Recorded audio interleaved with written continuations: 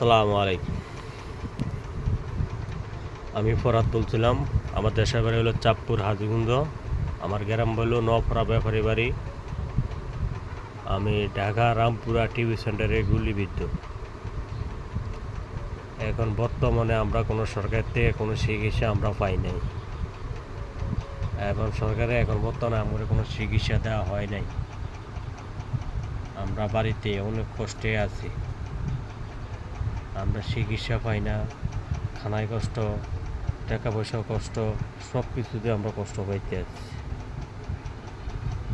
এখন সরকারে শুনছিলাম আমগুলো লাগে চিকিৎসার ব্যাপারে কথা বলছিল, এখন অনেক কিছু বলছিল।